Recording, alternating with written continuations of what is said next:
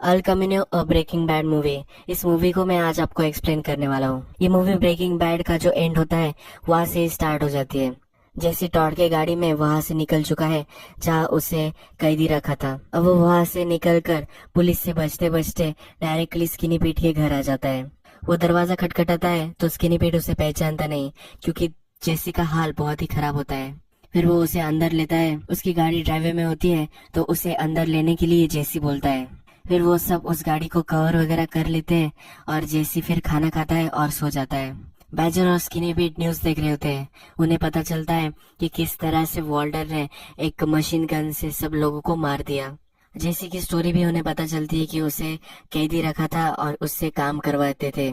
जेसी जब उठता है तो उसे लगता है कि अभी भी वो केज में है, क्योंकि जो कर्टन्स होते हैं वो केज की तरह उसे लग रहे होते हैं। तो डर के उठता है और बैजर और स्किनी बीट पर वो गन रखता है। फिर वो अपने होश संभालता है। फिर बैजर और स्किनी बीट उसे बोलते हैं कि तुम्हें अब नहा वगैरह लेना चाहिए। उसे कपड़े वगैरह देते हैं और फिर जेसी नहाता है। नहाते वक्त जब वो टॉड के साथ था तो उसकी याद आती है। उसे वो पाइप के प्रेशर में नहलाते थे। उस पर बहुत सारे जुल्म उन्होंने किए होते हैं, तो ये सब उसे याद आता है। जेसी फिर शेविंग वगैरह कर कर फिर से पहले जैसा हो जाता है। स्किनी पीट उससे पूछता है कि क्या अब तुम्हारे पास कोई प्लान है। जेसी बोलता है कि हाँ, मेरे पास एक प्लान है। फिर वो स्क्रैप यार्ड वाले को कॉल करता है। इसने जेसी की वैन स्क्रैप की होती है और एविडेंस मिटाने के लिए उसने एक जो मैग्नेट बनाया था, ये वही आदमी होता है। ये वहां आता है और गाड़ी को देखता है। वो गाड़ी को ले जाने वाला होता है। वो बोलता है कि ये मैं फ्री में कर दूंगा, क्योंकि उसने टीवी पर देखा होता है कि जेसी के साथ क्या क्या हुआ था। जब वो गाड़ी के पास जाता है तभी गाड़ी में जो ट्रैकर होता है, जिससे पुलिस को पता चलता है कि गाड़ी कहाँ है, वो ऑन हो जाता है। वो फिर डर जाता है और फिर वहां से भाग जाता है। फिर स्किनी बीट बोलता है कि मैं तुम्हें हेल्प करूंगा। फिर स्किनी बीट बैजर को उसकी गाड़ी की चाबी दे देता है। वो बैजर जैसे की तरह ढूंढ कर कर स्किनी बीट की गाड़ी वो बॉर्डर के पास लेकर जाने वाला होता है। बैजर की गाड़ी जेसी को दे देते हैं और स्किनी पीट उसके ड्राइववे में ही उस गाड़ी को रखता है जो जेसी ने लाई हुई होती है।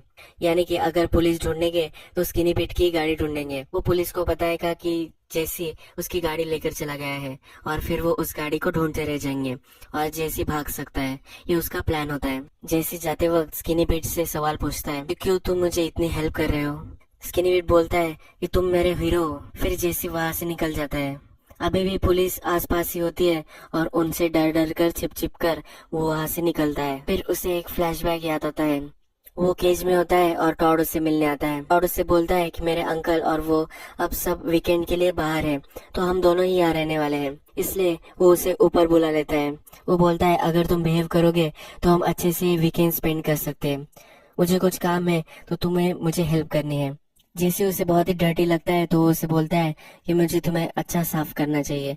नेक्स्ट टाइम से मैं तुम्हें अच्छे से साफ करूंगा। फिर टॉड उसे अपने अपार्टमेंट में ले जाता है।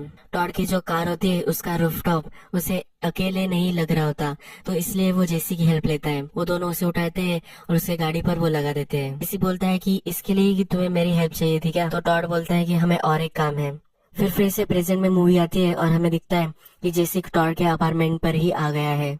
वो ऊपर जाता है और टॉड का अपार्टमेंट सील होता है। वहाँ टॉड का एक नेबर भी होता है। वो नेबर पहले आर्मी में होता था पर वो अब घर में ही रहता है, पर वो बहुत ही नोजी नेबर होता है, यानी कि वो सब जगह नजर रखता है। तो जैसे उससे छुप छुप कर अंदर आ जाता है। फिर से फ्लैशबैक में हम आते हैं। जैसे उस नेबर को डोर होल से देख रहा होता है। टॉड भी उससे बात करता है और घर में आ जाता है। टॉड फिर उसे बोलता है कि अच्छा है कि उसने तुम्हें नहीं देखा, वरना मुझे उसे भी मारना पड़ता। टॉड उसके घर के बारे में बोलता है कि ये बहुत ही पेल लग रहा है। तो जैसे बोलता है कि हमें पेंट करना है क्या, इसलिए तुमने मुझे यहाँ बुलाया है। फिर टॉड उसे किचन में लेके जाता है। किचन में जैसे देखता है कि उसकी जो मेड होती है उसका मर्डर टॉड ने किया होता है और उसकी डेड बॉडी वहां पड़ी होती है। जैसे फिर उसे कारपेट में रोल करने के लिए हेल्प करता है। जैसे उससे पूछता है कि इसने क्या किया था। टॉड बोलता है कि इसने मेरे पैसों को ढूंढ लिया था। उसने अपने पैसे इंसाइक्लोपीडिया में रखे हुए होते हैं। हर अल्फाबेट के उसके पास बुक्स होते हैं और हर बुक में उसने होल बनाकर उस पैसों को रखा हुआ होता है। फिर जैसे पूछता है कि क्या उसने तुम्हारे पैसे चुराए थे। तो वो बोलता है कि उसने मुझे कुछ भी नहीं किया था, पर उसने उसे ढूंढ लिए और मेरे अंकल बोलते हैं कि किसी को भी तुम्हारे पैसे नहीं मिलने चाहिए। वो किसी को बता देती, इसलिए मैंने उसे मार दिया। इन्हीं पैसों को ढूंढने के लिए जेसी टॉड के अपार्टमेंट में आया हुआ होता है। टॉड ने बहुत ही केयरफुली उसे अब छिपाए होते हैं, यानी किसी को भी पता ना चले। फिर से प्रेजेंट में मूवी आती है और जैसे हमें पूरे अपार्टमेंट में ढूंढता हुआ दिखता है। वो बहुत सारी चीजों को ढूंढ रहा होता है पर भी उसे कहीं नहीं मिल रहा होता। फिर वो खिड़की से देखता है कि नेबर के अपार्टमेंट में जो टीवी चल रहा होता है उस पर उसके पेरेंट्स आए हुए होते हैं। वो फिर टीवी ऑन करता है और सुनता है उसके पेरेंट्स उसे मैसेज दे रहे होते हैं कि तुम जहाँ भी हो तुम घर वापस आ जाओ। फिर से फ्लैशबैक में हमें दिखता है कि जैसे ऊपर से वो डेड बॉडी को फेंकता है। टॉड फिर उसकी गाड़ी में अल कमीनो में उस बॉडी को रखता है। जेसी को भी वही उस बॉडी के साथ सोकर जाना पड़ता है। फिर वो दोनों डेजर्ट में जाते हैं। वो डेजर्ट में वो गड्ढा खोदते हैं, जेसी को ही खोदना पड़ता है और वहाँ उसे गाड़ देते हैं। वो फिर बैठे हुए होते हैं और टॉड एक यूलॉजी देता है। फिर टॉड को एक सिगरेट चाहिए होती है तो जेसी को बोलता है कि कार के कंपार्टमेंट में एक सिगरेट है, वो मुझे ला कर दो। और वहाँ गन भी होती है। जेसी उस गन को उठा लेता है। टॉड डर जाता है पर टॉड उसे बोलता है कि मुझे लगा था कि तुम बिहेव करने वाले हो, मैं तुम्हारे लिए एक पिज्जा भी लेने वाला था। तुम्हें कौन सा पिज्जा अच्छा लगता है? उसे वो कुत्ते की तरह ट्रीट करता है।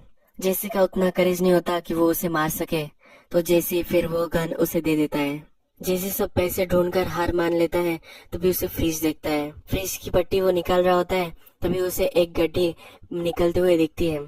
उसे अब पैसे मिल चुके होते हैं पर तभी डोर खटखटाने का आवाज उसे आता है। उस डोर से दो पुलिस आते हैं। जेसी फिर से उस पैसों को कवर कर कर वही छिप जाता है। वो एक्चुअल में पुलिस नहीं होते तो डिस्गाइज किए हुए दो बंदे होते हैं। वो पूरे घर को छान रहे होते हैं और जेसी वहाँ छिपा होता है तो एक उसे ढूंढ लेता है। तो जेसी उसे गन लगाता है और शांत रहने को बोलता है। जेसी को लग रहा होता है कि ये दो पुलिस ऑफिसर है तो दूसरों को भी वहाँ बुलाता है। फिर वो दूसरा आदमी बोलता है कि अगर तुमने मेरे पार्टनर को मारा तो यहाँ बहुत सारे पुलिस ऑफिसर है, तुम कभी भी यहाँ से जिंदा नहीं बचोगे, तुम्हारे पास कोई भी चॉइस नहीं है। तो जेसी फिर सरेंडर करने के लिए राजी होता है पर वो उसे एक प्लास्टिक के हैंडकप से बांधते हैं। जेसी पूछता है कि तुम्हारे पास एक्चुअल हैंडकप नहीं है क्या? तो उसे पता चलता है कि वो फेक पुलिस है। और पे फिर वही नेबर नॉक करता है। उसमें से एक आदमी जाता है और उससे पूछता है कि क्या हुआ। तो नेबर बोलता है कि यहाँ जो रहता था टॉड, तो उसने मुझे एक नोट दी थी। उस नोट में तुम्हारे लिए कुछ इम्पोर्टेंट हो सकता है, इसलिए वो उसे वो नोट दिखाना चाहता है। वो उसे अपने अपार्टमेंट में ले जाता है। फिर जैसे उस दूसरे आदमी को बोलता है कि तुम अगर इस पैसों को ढूंढने चाहो तो तुम्हें कभी भी नहीं मिलेंगे। ये पैसे कहाँ है ये मुझे पता है, अगर तुम मान जाओ कि हम पैसे स्प्लिट करेंगे तो मैं तुम्हें पैसे ढूंढ कर दे दूंगा।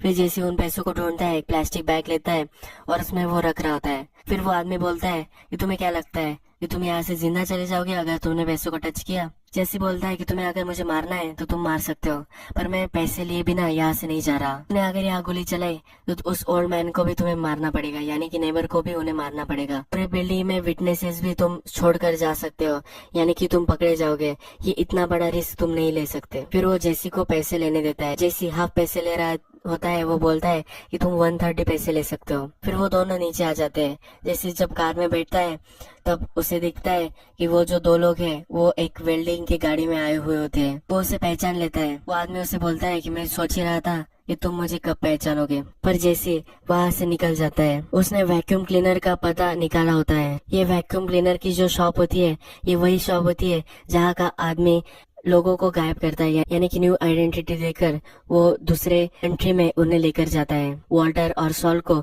इसने गायब होने में मदद की होती है। जेसी फिर उसकी वैन वहाँ बाहर देखता है। जेसी को पता चल जाता है कि यही वैक्यूम क्लीनर का शॉप है। फिर वो अंदर जाता है। वहाँ ऑलरेडी एक कस्टमर होती है। उस कस्टमर जाने का वो वेट करता है। फिर वो डोर बंद कर लेता है। जैसे उस आदमी से बोलता है कि मुझे मैक्स प्रो चाहिए, वैक्यूम क्लीनर चाहिए। उसे एग्जैक्ट कीवर्ड पता नहीं होते जिससे उसका वो प्लान एक्टिवेट होने वाला होता है। जैसे बोलता है कि मुझे पता है कि वो तुम ही हो।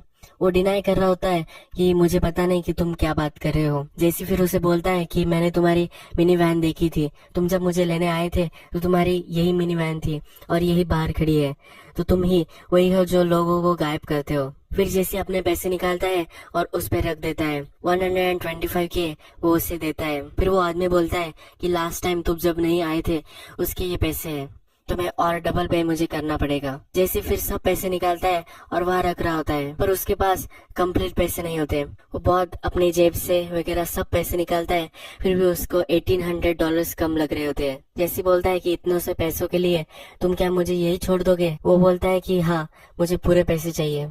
जैसे वहां से जा नहीं रहा होता तो वो उसे धमकी देता है कि मैं पुलिस को कॉल करूंगा। जेसी फिर भी नहीं मानता तो वो पुलिस को कॉल कर देता है। जेसी फिगर आउट करता है कि उसने एक फेक कॉल किया होगा। जेसी उसे बोलता है कि तुम्हारे पास बहुत सारा लूज करने को है। अगर पुलिस को पता चला कि मैं इतने सारे पैसे लेकर तुम्हारे पास आया था तो तुम भी ट्रबल में आ सकते हो। ये शॉप वगैरह सब तुम लूज कर सकते हो। तुमने पुलिस को कॉल ही नहीं किया था। जब पुलिस को कॉल करते हो तब वो लेडी तुमसे हमेशा लाइन पर रहने के लिए बोलती है। जब तक पुलिस नहीं आ जाती तब तक तुम्हें लाइन ऑन रखनी होती है। अगर तुमने फोन काट भी दिया फिर भी वो तुम्हें फिर से कॉल करते हैं। जेसी के पीछे से हमें पुलिस कार आती हुई दिखती है। उसने एक्चुअल में पुलिस को कॉल किया होता है। फिर जेसी वहां से भाग जाता है और वो उसके लिए कवर करता है। जेसी फिर कार से उसे कॉल करता है। वो बोलता है कि अगर मैं पूरे पैसे लेकर आऊँ तो क्या तुम मुझे हेल्प करोगे। कहा बोलता है कि हाँ, मैं तुम्हें हेल्प कर सकता हूँ। फिर जेसी हमें अपने घर के बाहर बैठा हुआ दिखता है। वो अपने पेरेंट्स को कॉल करता है कि तुम्हें पता है कि एक लेक था जहां हम हमेशा जाया करते थे, क्या तुम हम मुझे वहां लेने के लिए आ सकते हो। फिर उसके पेरेंट्स उसे लेने के लिए आ रहे होते हैं। जेसी फोन पर यह भी बताता है कि तुम अच्छे पेरेंट्स थे, ये तुम पर कुछ भी नहीं है जैसे मैं बन गया। ये सब बुरे काम मैंने किए हैं, ये तुम्हारी वजह से नहीं किए। तुम्हारी पेरेंटिंग बहुत ही अच्छी थी। जब वो दोनों घर से बाहर निकल जाते हैं और वहां जाने के लिए रेडी होते हैं तब जेसी बैक डोर से उनके घर में आ जाता है। उनका जो लॉकर होता है उस लॉकर से उन्हें उसे 2 गन्स मिलती है। फिर वो उस वेल्डिंग के शॉप में आ जाता है। वेल्डिंग के शॉप में जब वो आता है वहाँ बहुत सारे लोग होते हैं। उन्होंने बहुत सारे हुकर्स वगैरह भी मंगवाई हुई होती है। तो जैसे वहाँ वेट कर रहा होता है, जब सब वहाँ से चले जाएंगे तब वो वेल्डिंग वाले के पास जाने वाला होता है जिसके पास बहुत सारे पैसे होते हैं। जैसे फिर फ्लैशबैक में याद कर रहा होता है, ये जो वेल्डिंग वाला होता है इसने ही जेसी के लिए लैब सेटअप किया होता है। लैब यानी कि उसमें जो चेन्स वगैरह होती है और वो ऊपर का जो रॉड होता है वो इस वेल्डिंग वाले ने ही क्रिएट किया होता है। टॉड के साथ उसका फ्रेंड जो होता है वो उस वेल्डिंग वाले को बोल रहा होता है कि तुम्हें और एक रॉड डालना चाहिए। जेसी को वहाँ वो रखने वाले होते हैं तो इसलिए वो टूटे ना, इसलिए वो उसे बोल रहा होता है। पर वो वेल्डिंग वाला उसे बोलता है कि कुछ भी कर लो पर ये टूटेगा नहीं। फिर इस पर उनकी बेट लग जाती है। फिर वो जेसी को लाते हैं और जेसी को पीछे आगे होने को बोलते हैं। वो उसे भाग भाग कर जाने को बोलते हैं और उसे तोड़ने के लिए बोलते हैं। उसे स्लेव की तरह ट्रीट किया जाता है और वो वेल्डिंग वाला भी वहाँ होता है पर वो कुछ भी नहीं बोलता, इसलिए उसे वो वेल्डिंग वाला याद होता है। फिर जब सब हुकर्स वगैरह वहाँ से चले जाती है तब जेसी फिर से अंदर जाता है। वो अंदर जाकर उस वेल्डिंग वाले से बोलता है कि मुझे पैसे जरा कम पड़ रहे हैं, मुझे और $1800 चाहिए। तो वेल्डिंग वाला उसे बोलता है कि ये तुम कैसे करने वाले हो, यहाँ हम 5 लोग हैं और तुम अकेले हो, तुम यहाँ से जिंदा बचकर नहीं जा सकते अगर तुमने कुछ उल्टा सीधा किया। फिर वो उसकी छोटी सी गन देखता है। वो उस पर हंसता है और बोलता है ये तुमने कहाँ से लाई। फिर वो उसे एक डील देता है कि हम दोनों एक गन फाइट करेंगे, यानी कि एक साथ वो गन ड्रॉ करेंगे और जो मर गया उसके पैसे दूसरे के हो जाने वाले होते हैं। तो जैसे उसके पैसों की लोकेशन बताता है और वो अपने पैसों की लोकेशन बताता है। वेल्डिंग वाले का जो पार्टनर होता है वो उसे ना बोल रहा होता है पर वो अपने पार्टनर को शांत रहने के लिए बोलता है। फिर वो दोनों आमने सामने आ जाते हैं। जेसी के पास 2 गन्स होती है, उसके पॉकेट में ऑलरेडी एक गन होती है और दूसरी गन वो ड्रॉ करने वाला होता है। पर जब वो वेल्डिंग वाला अपनी गन पर हाथ रखता है तभी जेसी पॉकेट में उसकी जो गन होती है उससे उसे मार देता है। वेल्डिंग वाले का जो पार्टनर होता है उसे भी वो मार देता है। वो जो दूसरे 3 लोग होते हैं वो वर्किंग क्लास आदमी होते हैं, यानी वो किसी को मार भी नहीं सकते, वो सिर्फ वेल्डिंग वाले के फ्रेंड होते हैं। वो सब डरे हुए होते हैं तो जेसी उन सब से उनके ड्राइविंग लाइसेंस मांगता है। वो अपने यहाँ रख लेता है और उनको बोलता है मुझे तुम्हारा एड्रेस मालूम है और मैं तुम्हें तुम्हारे घर आकर मार दूंगा। फिर वो सारे पैसे लेता है और उस जगह को वो एक्सप्लोर कर देता है। अब नेक्स्ट सीन आता है। ये जो सीन है ये और एक बड़े फ्लैशबैक का है। ब्रेकिंग बैड में हमने देखा था कि एक बार जेसी और वॉल्टर की वैन खराब हो जाती है, यानी कि वो चालू ही नहीं होती। वो डेजर्ट में होते हैं और उनके पास कोई भी ऑप्शन नहीं होता। बहुत सारा ट्राई करते हैं पर लास्ट में उनकी गाड़ी तब स्टार्ट हो जाती है। वहाँ जेसी वॉल्टर को पहले बोला हुआ होता है कि हमें ब्रेक लेना चाहिए और हम मोटेल पे जाएंगे। वैन स्टार्ट होने के बाद उस मोटेल पर वो आते हैं। जेसी नहाता है और जेन को भी कॉल करता है। ये जेन के साथ अच्छा सा मोमेंट वो वहाँ स्पेंड करता है। फिर वो नहा धोकर वॉल्टर के साथ नीचे आता है। वो दोनों बहुत सारा ब्रेकफास्ट कर रहे होते हैं। जैसे अब हेल्दी खाना खा रहा होता है क्योंकि वैन में सब अनहेल्दी ही वो खाना उसने लाया हुआ होता है और वॉल्टर उसे उस पर डांट रहा होता है। तो अब वो सब हेल्दी खा रहा होता है। वॉल्टर को चिंता हो रही होती है कि उन्होंने बहुत सारा अब तो कुक किया है पर अब इसको बाय कौन करेगा। वॉल्टर का डायग्नोसिस बाकी होता है और उसे लग रहा होता है कि वो कैंसर से जल्दी मरने वाला है, इसलिए वो डर रहा होता है। जेसी उसे समझाता है कि जब ये मैं सेल करूंगा तो तुम्हारे फैमिली के लिए मैं पूरे पैसे दे दूंगा, तुम्हें वरी करने की कोई भी जरूरत नहीं है। वॉल्टर फिर जेसी से पूछता है कि तुम पैसों के साथ क्या करोगे। वॉल्टर फिर जेसी से पूछता है कि तुम पैसों के साथ क्या करोगे। वो जेसी को सजेस्ट करता है कि वो कॉलेज जाए। जेसी ना बोल रहा होता है पर वे उससे पूछता है कि अगर तुम कॉलेज गए तो क्या सीखोगे। जेसी बोलता है कि मैं स्पोर्ट्स मेडिसिन सीखूंगा। वॉल्टर को आइडिया अच्छा नहीं लगता और वो उसे सजेस्ट करता है कि तुम्हें बिजनेस स्कूल जानना चाहिए, तुम्हें बहुत सारा एक्सपीरियंस भी अब आ चुका है मैथ सेल करके, तो तुम वहाँ बहुत ही अच्छे आगे जा सकते हो। जेसी को भी ये आइडिया अच्छा लगता है। यही ये फ्लैशबैक का सीन खत्म हुआ हमें दिखता है। फिर जेसी अब नई कंट्री में आ चुका है। ये कंट्री अलास्का होती है। माइक की और उसकी बातचीत मूवी के फर्स्ट में हमें दिखी थी। उसमें माइक से वो पूछ रहा होता है कि अगर तुमने फिर से तुम्हें चांस मिला तो तुम कहाँ जाओगे, यानी कि अगर वो जेसी की एज का हुआ तो माइक कहाँ जाएगा, ऐसा जेसी उसे पूछ रहा होता है। माइक बोलता है कि मैं अलास्का जाऊंगा। तो इसलिए जेसी ने चूज किया होता है कि अब वो अलास्का जाने वाला है और वो वहां पहुंच जाता है। आइडेंटिटी चेंज करने वाला आदमी उसे सब, उसकी आइडेंटिटी, सोशल सिक्योरिटी नंबर, नया नाम और उसकी मदर, उसके फादर, सब हिस्ट्री उसे दे देता है। फिर जेसी उसे एक लेटर देता है। वो ब्रॉक के लिए लेटर होता है। उसमें एक प्रॉपर अपोलॉजी होती है ब्रॉक के लिए।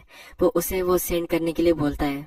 ये जो लेटर वो सेंड करने वाला होता है ये भी अलग कंट्री से सेंड करने वाला होता है, यानी पुलिस को जेसी कभी भी ना मिले। वो जेसी को बोलता है कि बहुत ही कम लोगों को अपनी लाइफ फिर से स्टार्ट करने का चांस मिलता है, तो तुम अब अच्छे से अपनी लाइफ जियो। फिर जेसी गाड़ी लेकर आगे हमें चलता हुआ दिखता है। फिर जेसी को याद आ रहा होता है जब वो गाड़ी में जेन के साथ होता है। वो जेन को बोल रहा होता है कि तुम जब बता रही थी कि तुम्हें यूनिवर्स जहाँ लेकर जाए वहाँ जाना चाहिए, वो बहुत ही अच्छा है। फिर नेक्स्ट सीन में हमें दिखता है कि जेन उसे बोल रही होती है कि मैंने जो तुम्हें बताया था कि यूनिवर्स तुम्हें जहाँ लेकर जाए तो वहाँ तुम्हें जाना चाहिए, ये बहुत ही घटिया सोच है। जेन उसे बोलती है कि मैंने हमेशा मेरी लाइफ में ऐसा ही किया है, पर इससे बहुत ही बैड डिसीजंस हम लेते हैं। हमें हमेशा हमारे खुद के डिसीजन लेने चाहिए, हमें हमारे डेस्टिनी खुद लिखनी चाहिए। तो अब जेसी अपनी डेस्टिनी खुद लिखने वाला होता है। फिर एक लॉन्ग शॉट आता है और अकेला ही वो अपना रास्ता बनाते हुए हमें दिखता है। जेसी पूरी लाइफ में बहुत सारे डिसीजन लोगों के मैनिपुलेशन में ही आकर कर रहा होता है। जेन भी उसे मैनिपुलेट करती है वॉल्टर के पैसे लेने के लिए। वॉल्टर भी उसे मैनिपुलेट करता है कुकिंग करने के लिए। पीयर प्रेशर्स या कुछ ऐसा हुआ होगा इसलिए उसने ड्रग्स का लत उसे लगी थी। तो बहुत सारी चीजें उसने बैड डिसीजंस अपने लाइफ में लिए होते हैं लोगों के कहने पर। तो अब अपना रास्ता वो खुद बना रहा है। इस मैसेज के साथ ये मूवी एंड हो जाती है।